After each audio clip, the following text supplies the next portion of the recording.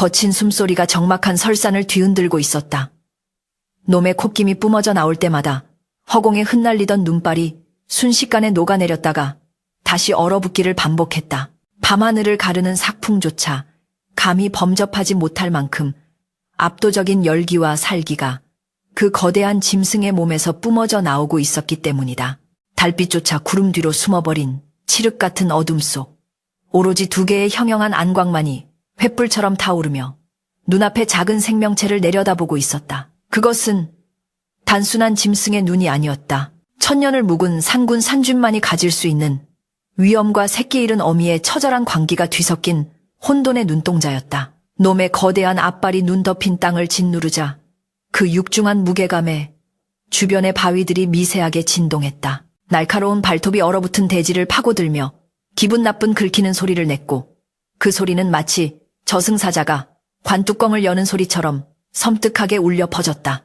놈의 입가에는 끈적한 침이 길게 늘어지며 뚝뚝 떨어지고 있었는데 그것은 굶주림에 지친 포식자의 본능이 극에 달했음을 보여주는 증거였다. 바로 그 거대하고 흉포한 아가리 밑에 갓 태어난 핏덩이 하나가 낡은 포대기에 쌓인 채 널브러져 있었다.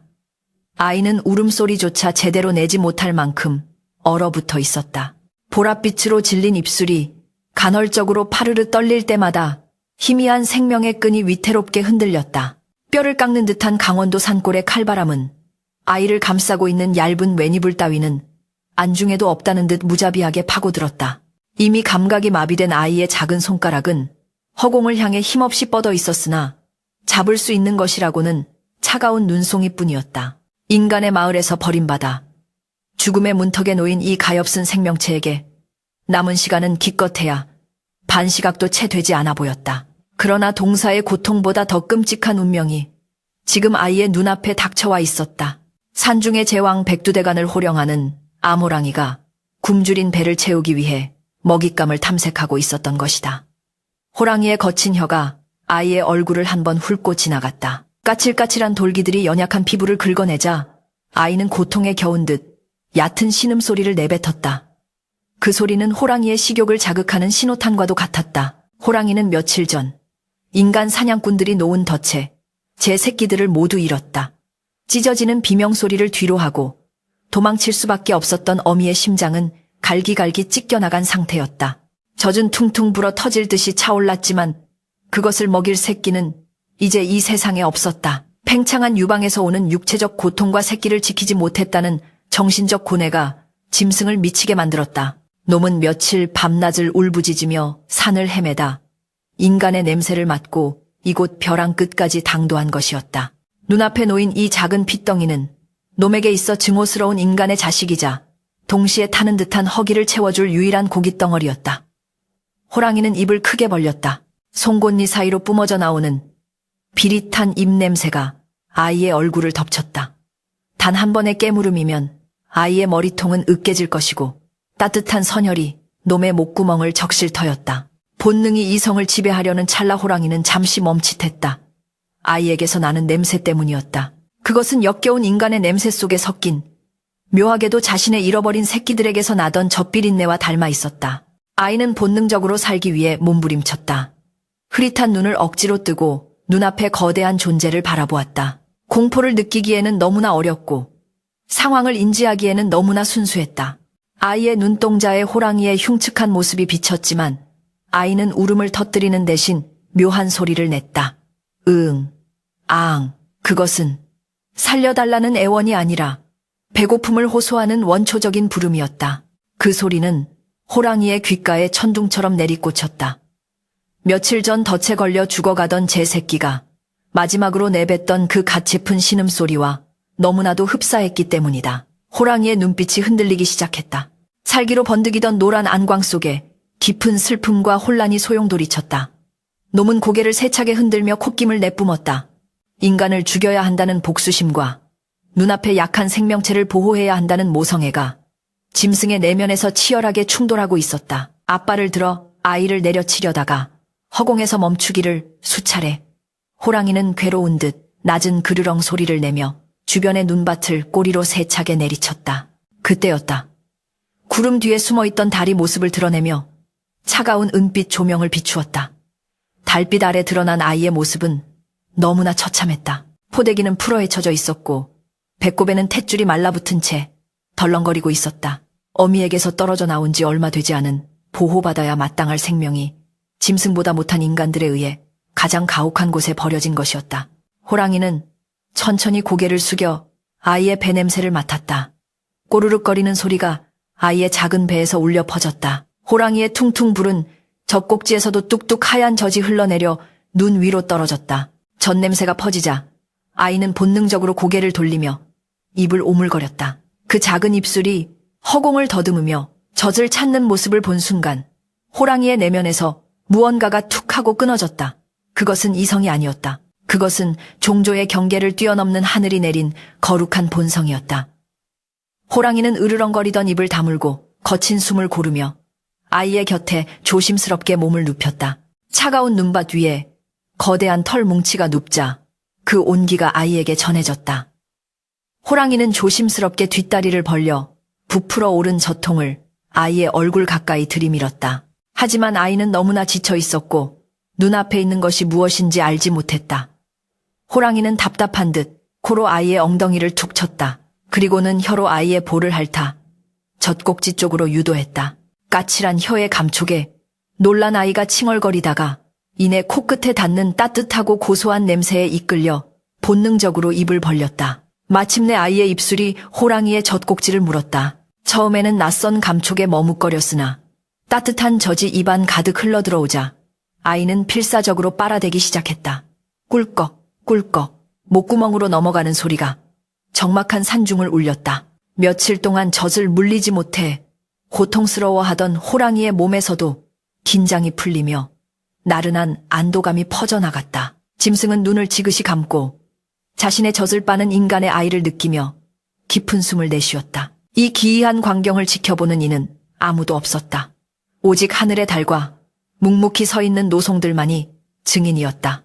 인간은 짐승을 죽여 가죽을 탐하고 인간은 인간을 낳아 추운 눈밭에 버렸으나 정작 그 버려진 인간을 거둔 것은 인간이 두려워하던 짐승이었다. 아이가 젖을 빠는 힘이 제법 강해지자 호랑이는 묘한 만족감을 느끼며 앞발을 뻗어 아이를 감싸 안았다. 혹여나 자신의 발톱에 아이가 다칠세라 발톱을 오므리고 두툼한 발바닥 젤리로 아이의 등을 덮어주었다. 짐승의 체온은 그 어떤 비단이 불보다 따뜻했고 놈의 심장 박동 소리는 아이에게 있어 가장 완벽한 자장가였다. 배를 채운 아이는 이내 호랑이의 품속으로 파고들며 새근거리는 숨소리를 내기 시작했다.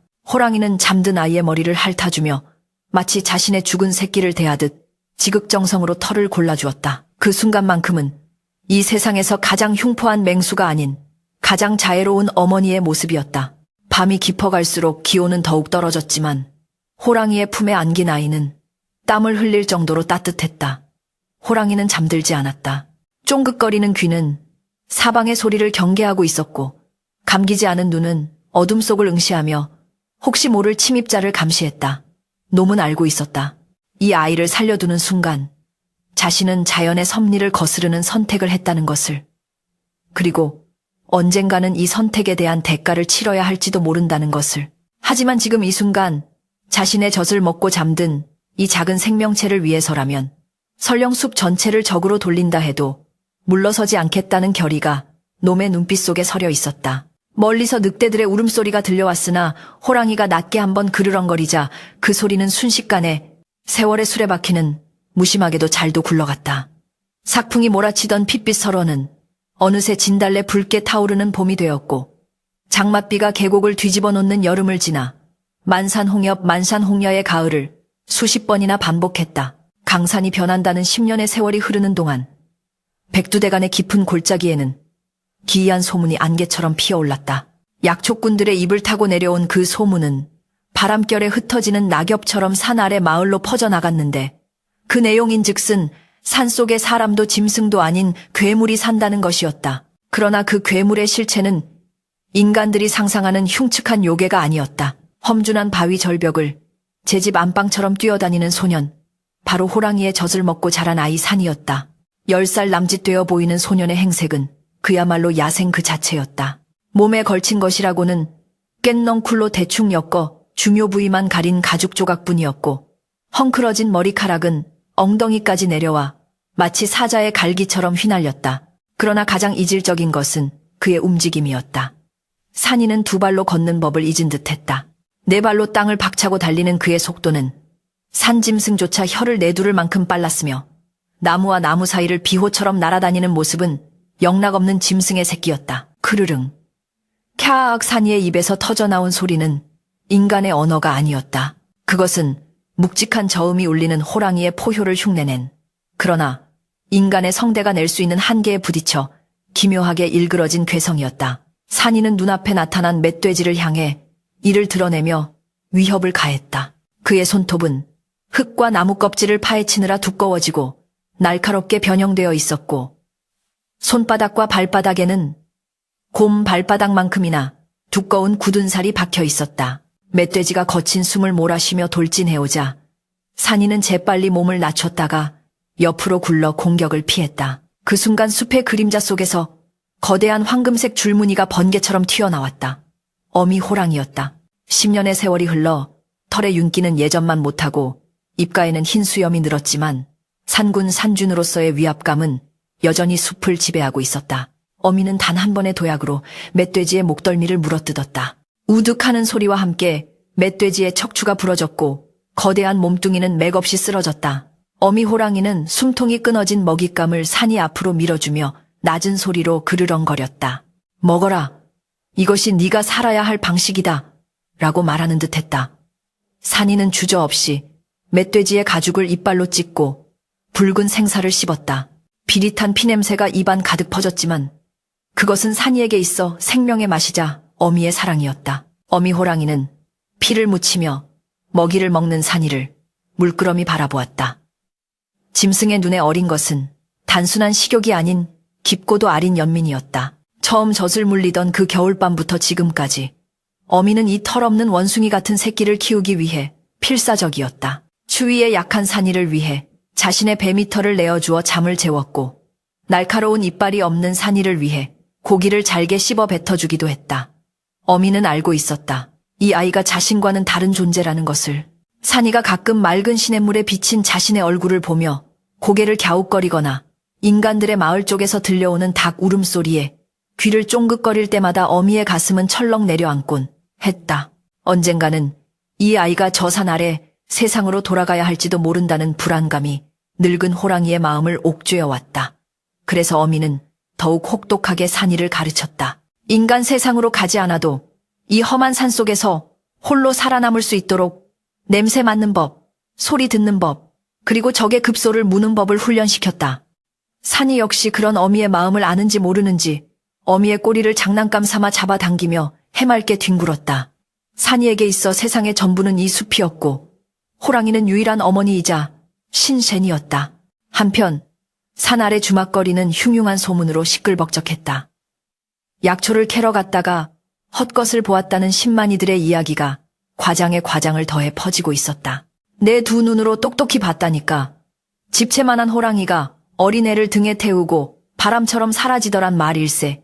막걸리 잔을 기울이던 늙은 신만이가 침을 튀기며 열변을 토하자 주변에 모여든 장정들이 코웃음을 쳤다. 에이, 영감님 노망이 드셨구만.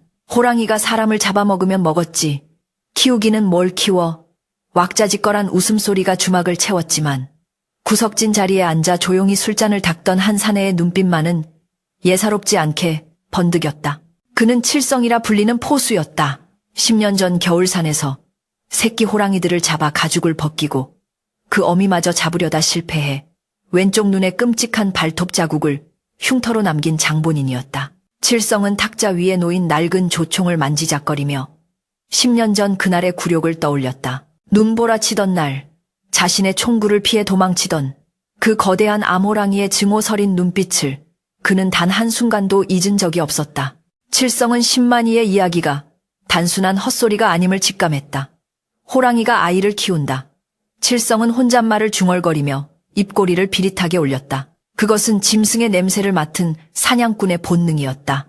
만약 그 소문이 사실이라면 이것은 일생일대의 기회였다. 10년 묵은 원수, 그 어미 호랑이의 가죽을 얻는 것은 물론이거니와 호랑이가 키운 아이라는 희귀한 구경거리를 손에 넣을 수 있기 때문이었다. 당시 한양의 부자들은 기이한 수집품에 환장해 있었으니 늑대 소년이나 짐승아이 같은 희귀한 존재는 부르는 게 값일터였다. 칠성의 머릿속에서 탐욕의 주파날이 튀겨졌다. 그는 주막의 주모에게 돈을 던져주고 벌떡 일어났다. 어이 영감, 그 호랑이 놈을 봤다는 곳이 어디요? 흑룡골 쪽인가? 칠성의 살기 어린 질문에 늙은 신만이는 딸꾹질을 하며 겁에 질린 채 고개를 끄덕였다. 칠성은 씩 웃으며 총을 어깨에 둘러맸다. 그의 외눈박이 눈동자에는 복수심과 탐욕이 뒤엉켜 이글거리고 있었다. 이번엔 절대 놓치지 않는다. 가죽도, 그놈의 새끼도. 산속의 평화는 서서히 깨어지고 있었다. 그날 오후 산이는 나무 꼭대기에 올라가 먼 곳을 응시하고 있었다. 바람의 방향이 바뀌면서 낯선 냄새가 실려왔다. 송진향과 흙냄새 사이로 비집고 들어오는 매캐하고 쇠비린내 나는 냄새. 그것은 어미가 그토록 경계하라 일렀던 인간의 냄새였다. 산이는 코를 찡그리며 불안한 듯 끙끙거렸다. 그 냄새는 묘하게도 자신의 몸에서 나는 냄새와 닮아 있었지만 훨씬 더 탁하고 위험한 기운을 품고 있었다. 나무 아래서 낮잠을 자던 어미 호랑이도 벌떡 일어나 귀를 쫑긋거렸다. 어미의 털이 곤두섰다. 10년 전 자신의 새끼들을 앗아갔던 그 지독한 화약 냄새를 기억해낸 것이다. 어미는 낮은 포효를 내뱉으며 산이를 나무에서 내려오라고 재촉했다. 놈들의 발자국 소리가 들려오고 있었다. 한두 명이 아니었다. 쇠붙이와 몽둥이를 든 여러 명의 인간들이 산의 입구를 조여오고 있었다. 산이는 어미의 불안을 감지하고 재빨리 나무에서 내려와 어미의 곁에 섰다. 어미는 산이의 엉덩이를 머리로 밀며 더 깊은 산속 인간의 발길이 닿지 않는 험지로 도망가려 했다. 그러나 산이는 자꾸만 뒤를 돌아보았다. 바람에 실려오는 인간들의 목소리, 웅성거리는 그 소음이 마치 자신을 부르는 것만 같은 기이한 호기심을 자극했기 때문이었다. 가자. 어미 호랑이가 눈빛으로 말했다. 하지만 산이의 발은 쉽게 떨어지지 않았다. 자신의 뿌리에 대한 알 수 없는 끌림과 자신을 키워준 어미에 대한 절대적인 믿음 사이에서 소년의 눈동자는 심하게 흔들렸다. 그때 탕하는 굉음과 함께 근처 나뭇가지가 꺾여 나갔다. 숲의 정막을 깨는 총소리였다. 새들이 비명을 지르며 날아올랐고 어미 호랑이는 산이를 감싸 안으며 숲의 그늘 속으로 몸을 날렸다. 사냥은 시작되었다. 탐욕에 눈먼 인간들과 자식을 지키려는 짐승의 목숨을 건 추격전이 막을 올린 것이다. 칠성은 연기가 피어오르는 총구를 후불며 킬킬거렸다. 역시 짐승놈들은 소리에 민감하단 말이야. 몰입꾼들아, 징을 쳐라. 놈들이 흑룡골 절벽 쪽으로 가게 몰아붙여 칠성의 고함 소리와 함께 수십 명의 몰입꾼들이 징과 꽹과리를 치며 산을 오르기 시작했다. 꽹과리 소리는 산의 전기를 흐트려 놓을 만큼 시끄럽고 불경스러웠다. 산이는 생전 처음 듣는 그 찢어지는 듯한 소음에 귀를 막고 괴로워했다. 어미 호랑이는 공포에 질린 산이를 달래며 필사적으로 달렸다. 하지만 칠성은 교활했다. 그는 이미 산짐승들이 도망칠 길목마다 덫과 올가미를 설치해둔 상태였다. 산이가 익숙하게 밟고 지나가던 바위 틈 덤불 속 그 모든 곳이 이제는 죽음의 함정이 되어 입을 벌리고 있었다. 쫓기는 자의 다급함과 쫓는 자의 치밀함이 팽팽하게 맞선 가운데 산이와 어미 호랑이는 점점 더 막다른 곳으로 내몰리고 있었다. 10년간 이어져 온 그들의 평화로운 낙원은 이제 탐욕의 군화발 아래 짓밟히기 일보 직전이었다. 산이는 달리는 와중에도 힐끔힐끔 어미를 쳐다보았다. 늙은 어미의 거친 숨소리가 귓가에 맴돌았다. 본능적으로 깨달았다. 오늘이 지나면 다시는 예전으로 돌아갈 수 없음을. 숲을 짓누르는 꽹과리와 징소리는 마치 산신산신의 노여움을 산 짐승들의 심장에 억지로 구겨 넣는 듯했다. 몰입꾼들이 지르는 고함은 산맥을 타고 메아리치며 짐승들의 혼을 쏙 빼놓았고 놀란 고라니와 멧돼지들이 방향을 잃고 이리저리 뛰어다니다 나무에 머리를 들이받는 참상이 곳곳에서 벌어졌다. 산이는 어미 호랑이의 뒤를 바짝 쫓으며 거친 숨을 몰아쉬었다. 두 발이 아닌 네 발로 뛰는 그의 움직임은 익숙했지만 가슴속에서 치밀어 오르는 공포는 낯설었다. 그것은 단순히 죽음에 대한 두려움이 아니었다. 자신과 똑같이 생긴 인간들이 자신을 키워준 어미를 죽이려 한다는 사실에서 오는 본능적인 거부감과 혼란이었다. 어미 호랑이는 산이의 속도를 맞추기 위해 가다 서기를 반복하며 연신 뒤를 돌아보았다. 늙은 어미의 눈동자는 불안하게 흔들렸지만 그 와중에도 산이가 밟아야 할 안전한 바위와 피해야 할 썩은 나뭇가지를 꼬리로 가리키는 세심함을 잃지 않았다. 놈들은 교활했다. 산짐승들이 본능적으로 도망칠 만한 길목인 계곡 아래쪽은 이미 화약 냄새로 가득 차 있었고 유일하게 트여있는 곳은 깎아지른 듯한 흑룡골 절벽 방향뿐이었다. 그것은 명백한 함정이었으나 뒤에서 조여오는 불길과 소음의 벽은 선택의 여지를 주지 않았다. 그때 산이의 귓가에 미세하지만 분명한 신음소리가 들려왔다. 몰입꾼들의 소음 틈새를 비집고 들어온 그 소리는 짐승의 것이 아니었다. 산이는 멈칫하며 코를 벌름거렸다. 피냄새와 섞인 땀냄새, 그리고 공포에 질린 인간의 냄새였다. 어미 호랑이가 어서 오라고 낮게 으르렁거렸지만 산이는 홀린 듯 소리가 나는 덤불 쪽으로 기어갔다. 그곳에는 한 나무꾼이 칠성이 설치해둔 덫에 발목이 끼어 고통에 몸부림치고 있었다. 그는 사냥꾼 폐와는 무관하게 뎃감을 구하러 왔다가 변을 당한 촌부였다. 녹슨 쇠톱니가 나무꾼의 발목을 파고들어 뼈가 보일 정도로 살점이 뜯겨나가 있었고 바닥은 붉은 피로 흥건했다. 나무꾼은 인기척에 고개를 들었다가 짐승 가죽을 뒤집어쓰고 네 발로 기어오는 산이를 보고는 기절초풍하며 뒷걸음질 쳤다. 사살려 주시오. 산신령님. 제발. 목숨 많은 나무꾼은 산이를 산의 요괴라 생각하고 덜덜 떨며 애원했다. 산이는 그 모습을 물끄러미 내려다보았다. 자신과 똑같은 눈, 코, 입을 가진 존재. 칠성 패거리가 뿜어내던 살기와는 다른 나약하고 가련한 기운이 나무꾼에게서 느껴졌다. 산이의 내면에서 알 수 없는 감정이 꿈틀거렸다. 어미가 가르쳐준 대로라면 인간은 적디기니 목덜미를 물어뜯어야 마땅했으나 산이의 손은 저절로 덫을 향해 뻗어나갔다. 산이는 짐승의 힘으로 단단히 조여진 덫의 양쪽 날개를 움켜쥐었다. 손바닥이 찢어지는 고통이 느껴졌지만 그는 이를 악물고 팔에 힘을 주었다. 우지끈하는 소리와 함께 강철 덫이 벌어졌다. 나무꾼은 믿을 수 없다는 표정으로 산이를 바라보았다. 산이는 나무꾼의 상처를 혀로 한번 핥아 지혈을 해주고는 멍하니 자신을 바라보는 그에게 가라 하고 짐승의 울음 섞인 그러나 분명한 인간의 말을 내뱉었다. 10년 만에 처음으로 입 밖으로 낸 인간의 언어였다. 나무꾼은 눈물을 흘리며 산이에게 절을 하고는 절뚝거리며 숲 아래쪽으로 사라졌다.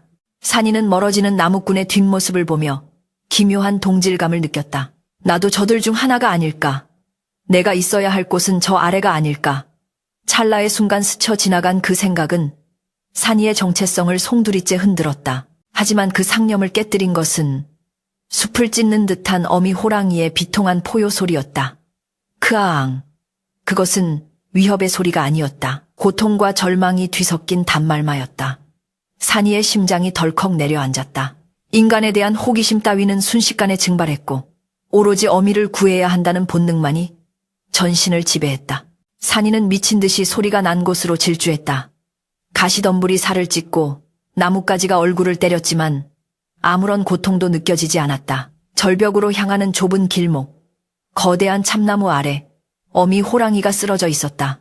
칠성이 쳐놓은 그물 함정이 위에서 떨어져 어미를 덮쳤고 그물을 벗어나려 몸부림치던 어미의 뒷다리를 굵은 강철 덫이 으깨버린 참혹한 광경이었다. 어미 호랑이는 피를 토하며 그물을 물어뜯고 있었으나 움직일수록 그물은 더욱 단단하게 몸을 조여올 뿐이었다. 산이가 다가가자 어미는 피 묻은 입으로 산이를 밀어내며 도망치라는 신호를 보냈다. 놈들이 오고 있었다. 피냄새를 맡은 사냥개들의 짖는 소리가 지척에서 들려왔고 칠성의 비릿한 웃음소리가 바람을 타고 날아왔다. 걸렸다. 드디어 걸려들었어. 이놈의 가죽을 벗겨 내 방바닥에 깔아주마. 숲을 헤치고 나타난 칠성과 포수들은 그물 속에 갇힌 거대한 호랑이를 보며 환호성을 질렀다. 그들의 눈은 탐욕으로 번들거렸고 손에 든 창과 총은 살기를 띠고 번쩍였다. 그들은 아직 호랑이 뒤에 웅크리고 있는 산이의 존재를 눈치채지 못했다. 칠성이 천천히 총을 겨누며 다가왔다. 10년을 기다렸다. 내 놈 새끼들의 원수를 갚으러 온 게냐? 아니면 내 남은 한쪽 눈마저 가져가려 온 게냐? 칠성은 조롱하듯 중얼거리며 방아쇠에 손가락을 걸었다. 어미 호랑이는 죽음을 직감한 듯 눈을 감고 마지막으로 산이가 숨어있는 쪽을 향해 몸을 틀어 그를 가려주려 했다. 탕총 소리가 울리기 직전 덤불 속에서 검은 그림자가 튀어나와 칠성의 총신을 쳐냈다. 화약 연기와 함께 총알은 빗나갔고 칠성은 비틀거리며 뒤로 물러섰다. 뭐야. 사냥꾼들이 기겁하며 뒷걸음질 쳤다. 그들의 눈앞에 나타난 것은 짐승도 사람도 아닌 기이한 존재였다. 긴 머리를 풀어헤치고 짐승 가죽을 두른 채 양손에 날카로운 돌멩이를 쥔 소년. 산이는 어미 호랑이 앞을 가로막고 서서 사냥꾼들을 노려보았다. 그의 눈은 인간의 것이라기엔 너무나 흉포했고 짐승의 것이라기엔 너무나 슬펐다. 방금 전 나무꾼을 살려주던 자비로운 눈빛은 온데간데 없었다. 오직 자신의 가족을 해치려는 적들에 대한 증오만이 이글거리고 있었다. 이 녀석은 뭐냐? 칠성이 당황하여 소리쳤다. 옆에 있던 늙은 포수가 떨리는 목소리로 말했다. 대장 저놈, 소문의 그놈 아닙니까? 호랑이 젖을 먹고 컸다는 아이. 칠성의 외눈이 크게 확장되었다. 공포는 순식간에 환희로 바뀌었다. 호, 그래, 저게 바로 그 돈덩어리로구나. 호랑이 가죽에 늑대 소년까지. 오늘 아주 횡재를 하는군. 칠성은 혀를 차며 주변 포수들에게 눈짓을 했다. 호랑이는 죽이고 저놈은 생포해라. 산채로 잡아야 값이 더 나간다. 사냥꾼들이 음흉한 미소를 지으며 포위망을 좁혀왔다. 산이는 뒤에서 가쁜 숨을 몰아쉬는 어미의 체온을 등 뒤로 느끼며 자세를 낮췄다. 인간들은 잔인했다. 그들은 같은 인간인 자신을 돈덩어리라 부르며 사냥하려 했고 자신을 키워준 어미를 가죽으로만 취급했다. 산이의 머릿속에서 인간에 대한 일말의 기대가 와르르 무너져 내렸다. 내가 인간이라면 나는 인간임을 포기하겠다. 산이는 입술을 깨물어 피를 냈다. 그 비릿한 맛이 뇌를 자극하며 잠재되어 있던 야성을 폭발시켰다. 크르르. 카악. 산이가 포효했다. 그것은 10년간 숲에서 배운 모든 짐승들의 언어가 합쳐진 분노의 외침이었다. 산이는 바닥에 있던 모래를 한 줌 쥐어 가장 가까이 다가온 사냥꾼의 눈에 뿌렸다. 사냥꾼이 악하고 눈을 감는 사이 산이는 짐승처럼 도약하여 놈의 팔을 물어뜯었다. 우두둑 뼈가 부러지는 소리와 함께 사냥꾼의 비명이 흑룡고를 울렸다. 산이는 쓰러진 사냥꾼의 허리춤에서 단검을 뽑아들었다. 쇠붙이를 다루는 법은 배우지 않았지만 살기 위해 휘두르는 법은 본능이 알고 있었다. 칼을 쥔 산이의 모습은 마치 피에 굶주린 귀신과도 같았다. 당황한 사냥꾼들이 우왕좌왕하는 사이 그물 속에 갇혀있던 어미 호랑이도 마지막 힘을 짜내어 포효했다. 어미와 자식 종이 다른 두 짐승이 내뿜는 살기가 합쳐져 숲을 서늘하게 얼어붙게 만들었다. 칠성은 침을 관 뱉으며 다시 총에 화약을 채웠다. 독종들이군. 그래, 어디 한번 끝까지 가보자. 상황은 최악으로 치닫고 있었다. 산이가 제 아무리 날렵하다 해도 총과 창으로 무장한 수십 명의 장정들을 당해낼 수는 없었다. 게다가 어미 호랑이는 치명상을 입어 움직일 수 없는 상태였다. 칠성은 비열하게 웃으며 부하들에게 명령했다. 창으로 찔러 호랑이 다리를 노려 아이놈이 덤비지 못하게 사냥꾼들이 긴 창을 내밀어 덫에 걸린 어미 호랑이의 옆구리를 푹푹 찔러댔다. 붉은 피가 분수처럼 솟구쳤다. 어미는 고통에 몸부림치면서도 산이를 향해 도망가라는 눈빛을 보냈지만 산이는 물러서지 않았다. 그는 온몸으로 창을 막아내며 어미를 감싸 안았다. 창끝이 산이의 어깨와 등을 스치고 지나가며 붉은 선을 그렸다. 산이의 눈에서 피눈물이 흘러내렸다. 그는 더 이상 이성적인 판단을 할 수 없었다. 눈앞이 붉게 물들었고 귀에는 심장 박동 소리만이 쿵쿵 울려 퍼졌다. 이제 산이에게 남은 선택지는 하나뿐이었다. 모두 죽이고 어미를 살리거나 어미와 함께 이곳에서 죽거나. 소년의 내면에서 잠자던 야수가 완전히 눈을 떴다. 그것은 숲의 왕자가 아닌 복수의 화신이었다. 피비린내가 진동하는 흑룡골의 공기는 차갑게 식어 있었다. 사방에서 찔러오는 창날은 산이의 여린 살가죽을 무자비하게 유린했다. 왼쪽 어깨죽지가 찢겨나갔고 허벅지에서는 검붉은 피가 쉴 새 없이 흘러내려 눈 덮인 바닥을 적셨다. 하지만 산이는 비명조차 지르지 않았다. 고통은 감각의 저편으로 사라진 지 오래였고 오직 등 뒤에 쓰러져 있는 어미를 지켜야 한다는 일념 하나가 그의 너덜너덜해진 육체를 지탱하고 있었다. 산이는 짐승처럼 네 발로 바닥을 기며 사냥꾼들의 발목을 노려 덤벼들었다. 그의 손에 들린 단검은 서툴렀지만 그 속에 담긴 살기만큼은 숙련된 살수 사쇼보다 더 날카로웠다. 이 독한 놈 짐승 젖을 먹더니 아주 괴물이 되었구나. 한 포수가 산이의 기세에 눌려 뒷걸음질 치며 욕설을 퍼부었다. 그들의 눈에는 서서히 공포가 스며들고 있었다. 분명 포위된 것은 저 소년과 늙은 호랑이였는데 마치 자신들이 보이지 않는 거대한 아가리 속에 들어와 있는 듯한 서늘한 기분이 들었기 때문이다. 칠성은 초조해졌다. 시간이 지체될수록 산속의 어둠은 짙어질 것이고 밤이 되면 이곳은 인간의 영역이 아닌 짐승의 세상이 된다.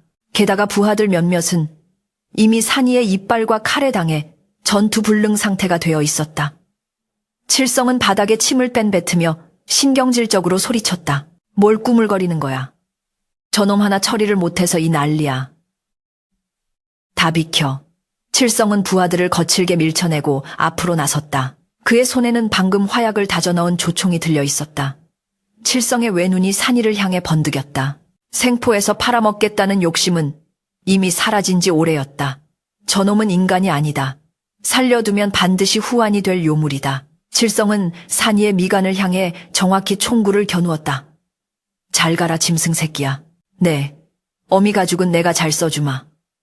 칠성의 검지가 천천히 방아쇠를 당겼다. 차가운 쇠붙이의 감촉이 손끝에 전해지는 찰나 죽은 듯 늘어져 있던 어미 호랑이의 눈이 번쩍 떠졌다. 어미 호랑이는 흐릿해지는 의식 속에서도 칠성이 겨눈 총구가 어디를 향하고 있는지 본능적으로 알아차렸다. 10년 전 자신의 새끼들을 찢어발겼던 그 끔찍한 불막대기, 그것이 이번에는 자신의 하나 남은 자식 산이를 노리고 있었다. 어미의 심장이 미친 듯이 요동쳤다. 찢어진 옆구리의 고통도, 부러진 뒷다리의 격통도 모성무싱이라는 거대한 불길 앞에서는 아무것도 아니었다. 어미는 덫에 물려 으스러진 뒷다리에 마지막 힘을 주었다. 우득하는 끔찍한 소리와 함께 뼈가 완전히 부러져 나갔고 살점이 뜯겨나가는 고통이 전신을 강타했다. 하지만 어미는 비명을 삼키며 바닥을 박쳤다. 덫에서 빠져나온, 아니 다리를 거의 잘라내다시피 하며 몸을 날린 거대한 황금색 그림자가 허공을 갈랐다. 산이는 자신의 머리 위로 드리워지는 거대한 그림자의 고개를 들었다. 그 순간 흑룡골의 정막을 깨는 굉음이 터져나왔다. 탕! 총알은 정확했다. 칠성은 빗나가게 쏘는 법이 없는 명사수였다. 하지만 그 총알이 박힌 곳은 산이의 미간이 아니었다. 산이를 향해 날아들던 납탄은 공중으로 몸을 날려 산이를 덮친 어미 호랑이의 가슴팍에 깊숙이 박혔다. 크헉 어미 호랑이는 둔탁한 타격음과 함께 산이 위로 무너져 내렸다. 뜨거운 피가 산이의 얼굴로 쏟아져 내렸다. 세상이 정지했다. 날리던 눈발도, 사냥꾼들의 거친 숨소리도, 칠성의 당황한 욕설도 모두 멈춘 듯했다. 산이는 자신의 몸을 짓누르는 어미의 육중한 무게와 얼굴을 타고 흐르는 끈적한 액체의 온기에 멍하니 눈을 깜빡였다. 어미의 입에서 쿨럭거리며 붉은 거품이 터져나왔다. 그 눈동자는 고통으로 일그러져 있었지만 산이를 바라보는 시선만큼은 더없이 평온하고 따뜻했다. 어미는 떨리는 혀를 내밀어 산이의 뺨에 묻은 자신의 피를 핥아주었다. 괜찮다. 아가, 괜찮다. 마치 그렇게 말하는 듯했다. 이런 젠장 가죽을 다 망쳐놨잖아. 칠성이 땅을 치며 소리쳤다.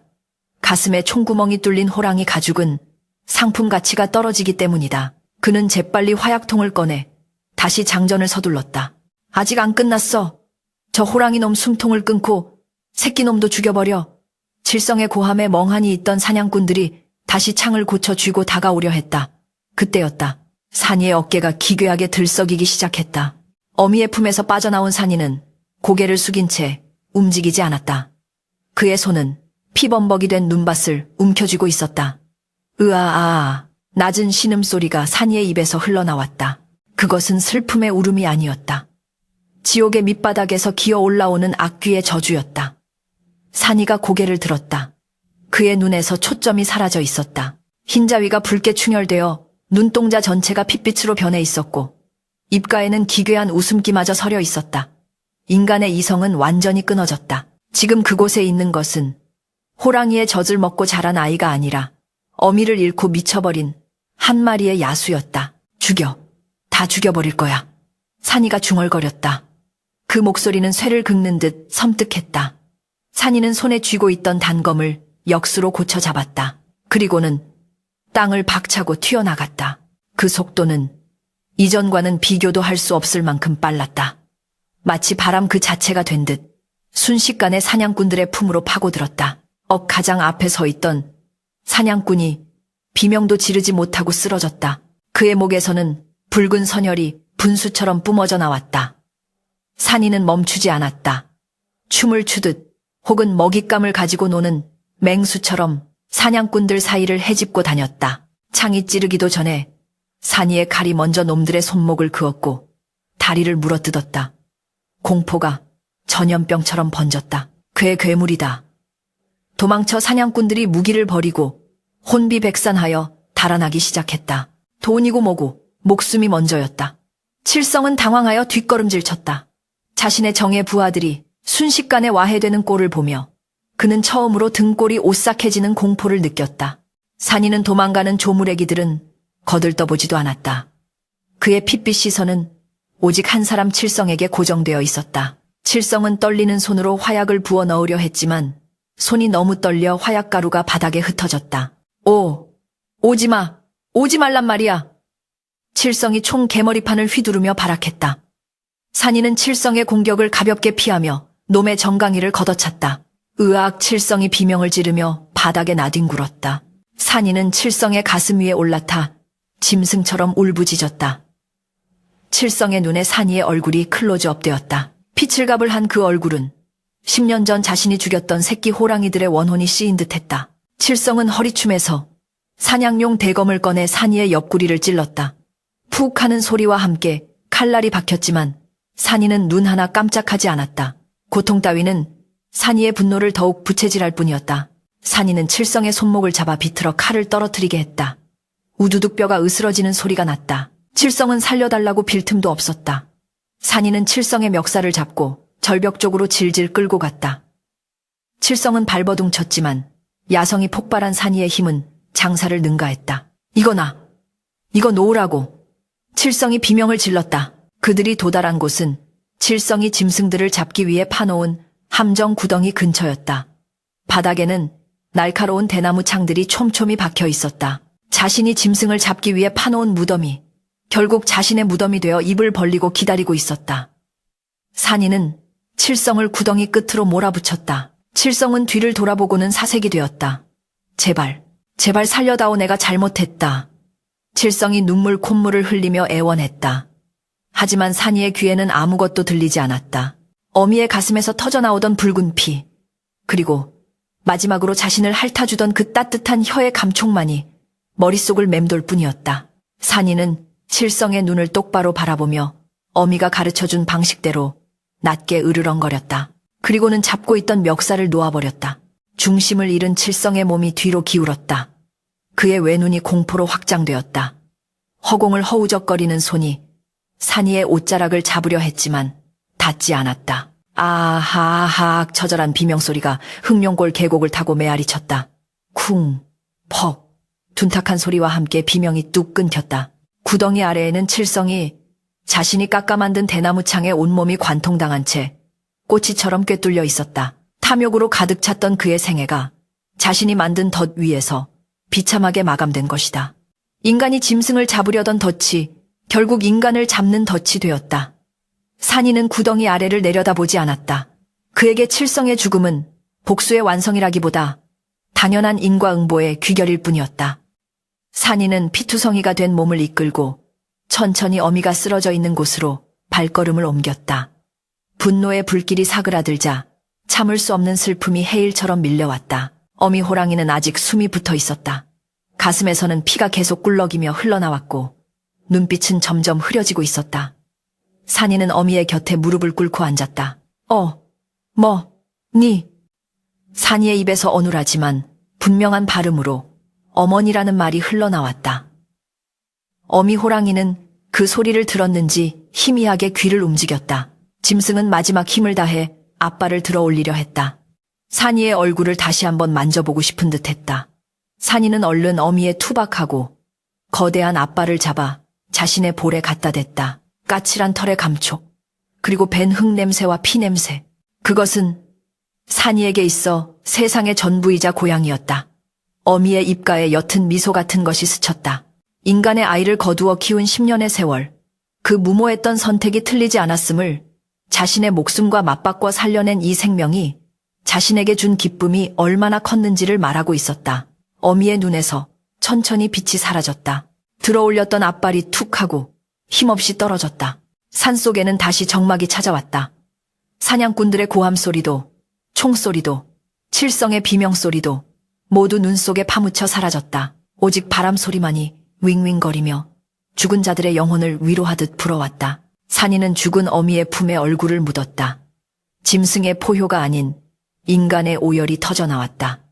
으아아앙, 엄마 산이는 목이 터져라 울부짖었다. 그 소리는 산군 산준의 죽음을 알리는 장송곡이자 홀로 남겨진 아이의 처절한 고백이었다.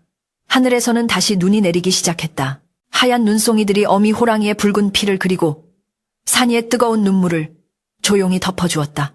그렇게 흑룡골의 밤은 깊어만 갔고 소녀는 어미의 시신 곁을 떠나지 않은 채 밤새도록 짐승처럼 그리고 인간처럼 울고 또 울었다.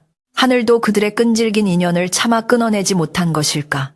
억수같이 쏟아지던 눈발이 헹고 동력 하늘에서 희미한 서광이 비칠 무렵 어미의 식어가던 가슴팍에서 기적같은 온기가 다시 피어오르기 시작했다. 밤새도록 어미의 상처를 부여잡고 자신의 체온을 나누어 주던 산이는 어미의 코끝에서 아주 미약하게 남아 내뿜어지는 하얀 입김을 발견하고는 소스라치게 놀랐다.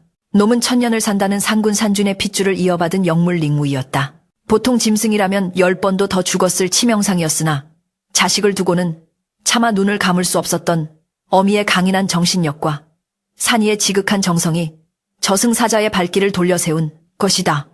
산이는 뻣뻣하게 굳어가는 어미의 다리를 주무르고 입안 가득 씹어 으깬 지혈초를 상처 깊숙이 밀어넣으며 짐승처럼 울부짖었다. 일어나, 제발 일어나.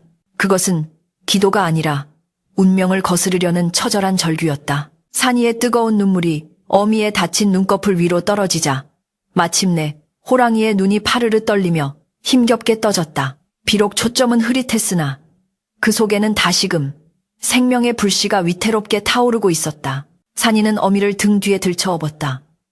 자신의 몸집보다 2배는 더 큰 거구를.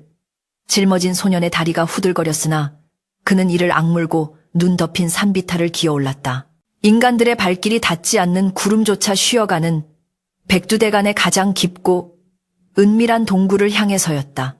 그날 이후 산과 숲은 그들의 자취를 감추어 주었다. 인간들은 흑룡골에 널브러진 사냥꾼들의 시체와 칠성의 끔찍한 최후를 목격하고는 공포에 질려 더 이상 산을 넘보지 못했다. 마을에는 산신령이 노하여 천벌을 내렸다는 소문이 돌았고 사람들은 산 입구에 선앙당을 짓고 제사를 올리며 두려움에 떨었다. 그 사이 험준한 바위 동굴 속에서 산이는 헌신적으로 어미를 돌보았다. 그는 벼랑 끝에 매달린 산삼을 캐어다 어미에게 먹였고 겨울 냇물을 깨어 잡은 물고기를 씹어서 넘겨주었다.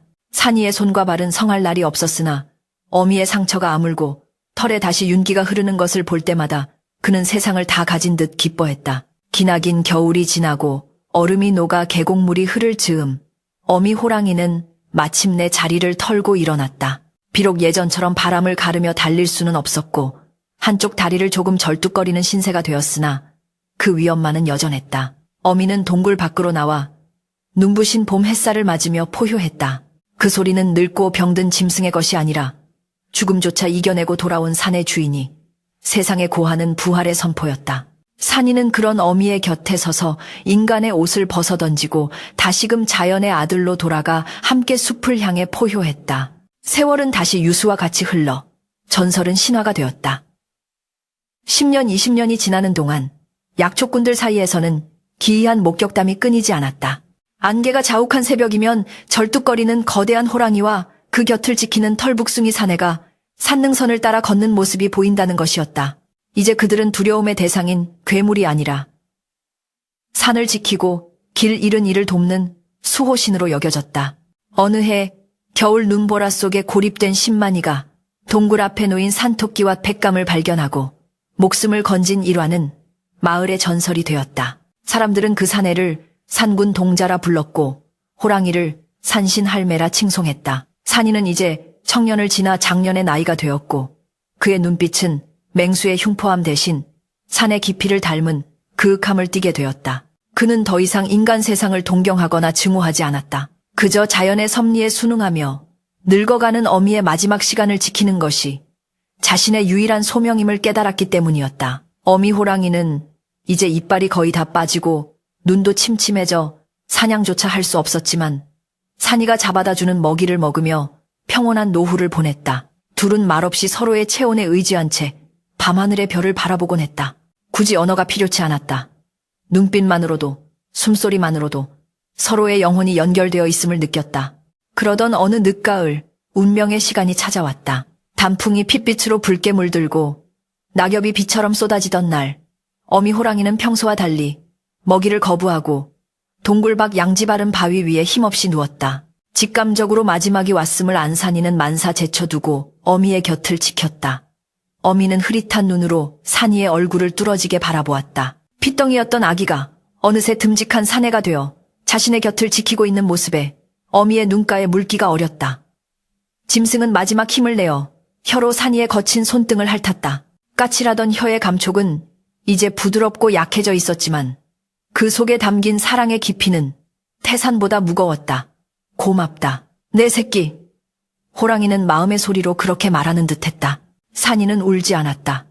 짐승에게 죽음은 슬픔이 아니라 자연으로 돌아가는 숭고한 과정임을 배웠기 때문이었다. 그는 어미의 머리를 무릎에 뉘고 어릴 적 어미가 자신에게 해주었듯 부드럽게 털을 골라주었다. 산들바람이 불어와 낙엽을 흩날렸다.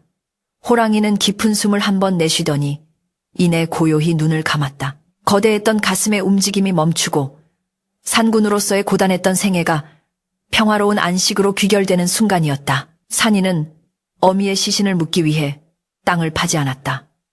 대신 산에서 가장 높고 전망이 좋은 바위 언덕, 그들이 처음 만났던 그 벼랑 끝으로 어미를 업고 올라갔다. 그리고는 굵은 통나무와 바위들을 날라 정성스럽게 돌무덤을 만들었다. 하늘과 가장 가까운 곳, 세상 모든 산짐승들이 내려다 보이는 곳에 어미를 잠들게 하고 싶었기 때문이었다. 무덤이 완성되자 산이는 그 앞에 꿇어앉아 긴 호곡 호쿠을 했다. 그의 울음소리는 숲을 타고 흘러내려 모든 짐승들의 귀에 닿았다. 늑대도 멧돼지도 까치도 산이의 슬픔에 동조하듯 숲의 모든 생명들이 일제히 울음을 터뜨려 산군의 마지막 가는 길을 배웅했다. 장례가 끝난 후에도 산이는 산을 떠나지 않았다. 그는 어미가 남긴 가죽 조각을 부적처럼 품에 지니고 어미가 살던 동굴과 어미가 걷던 길을 홀로 지켰다. 그는 인간의 마을로 내려가 편안한 삶을 살 수도 있었으나 기꺼이 고독한 산의 주인이 되는 길을 택했다. 자신을 살린 것은 인간의 피가 아니라 짐승의 저지였으며 자신을 인간답게 만든 것은 문명의 가르침이 아니라 짐승의 사랑이었음을 뼈저리게 느꼈기 때문이다. 수십 년 후 산을 오르던 한 노인이 벼랑 끝 돌무덤 앞에서 기이한 광경을 목격했다. 백발이 성성한 노인이 낡은 짐승, 가죽을 두른 채 무덤 옆에 앉아 허공을 향해 무언가 중얼거리고 있었다. 그 곁에는 신기하게도 어린 호랑이 한 마리가 강아지처럼 노인의 발치에 엎드려 있었다. 사람들은 그 백발 노인이 바로 옛날 호랑이 젖을 먹고 자란 아이 산이라고 믿었다. 그리고 그 어린 호랑이는 죽은 어미 호랑이가 환생하여 다시 아들을 찾아온 것이라 여겼다. 진실이 무엇인지는 아무도 모른다. 다만 백두대간의 험준한 산줄기 어딘가에는 지금도 종존을 초월한 위대한 사랑의 전설이 바람이 되어 떠돌고 있다. 핏줄보다 진한 것은 사랑이며 짐승의 본성 안에도 인간보다 더 뜨거운 심장이 뛰고 있음을 그들은 긴 이야기를 통해 세상에 증명해 보였다. 해가 지고 달이 뜨면 산의 능선 위로 두 개의 그림자가 나란히 걷는 모습이 보인다고 한다. 하나는 사람의 형상이고 하나는 호랑이의 형상이나 그 둘의 걸음걸이는 마치 한 몸처럼 정겹고 따뜻하다고 전해진다.